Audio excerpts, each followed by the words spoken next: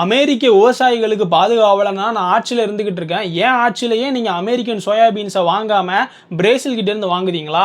அதோட மட்டும் இல்லாமல் ரேர் எர்த் மினரல்ஸை வேறு அமெரிக்காவுக்கு கொடுக்க மாட்டேன்னு சட்டம் போடுறீங்களா? இதோ போடுதான் பாருங்கள் வரி அப்படின்னு சைனாவுக்கு 155% டொனால்ட் ட்ரம்ப் வரி போட போகிறாராம். இந்த ஒரு விஷயத்தை அவர் சொல்லியிருக்காரு. நவம்பர் 1 நவம்பர் 8 தெரியல, ஆனால் இதுக்குள்ளே நான் அமல்படுத்துவேன்.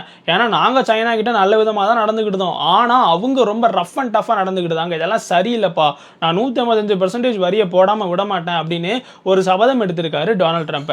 தீபாவளிக்கான ஃபோன் காலை பண்ணி பிரைம் மினிஸ்டர் மோடிக்கு வாழ்த்து தெரிவித்த டொனால்ட் ட்ரம்ப் வந்துட்டு இந்த மாதிரி ரஷ்யன் ஆயிலெல்லாம் வாங்காதீங்கன்னு கேட்டுக்கிட்டாராம். அதுக்கு இந்தியாவும் ஓகே சொல்லியிருக்காங்களாம்.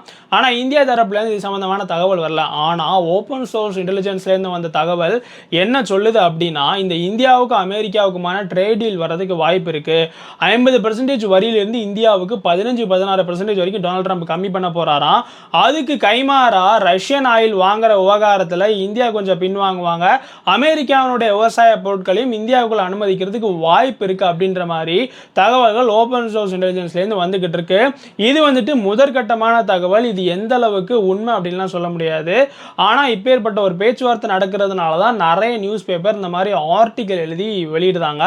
இது அதிகாரப்பூர்வமாகவும் வரல, ரொம்ப ஏர்லியர் ஸ்டேஜில் வரக்கூடிய தகவல் அப்படின்ற மாதிரி சொல்லப்படுது. நம்ம சேனலை சப்ஸ்கிரைப் பண்ணாமல் பார்க்குறவங்க சப்ஸ்கிரைப் பண்ணிடுங்க. ஓஹோ! அப்படியா? ஆமாடே.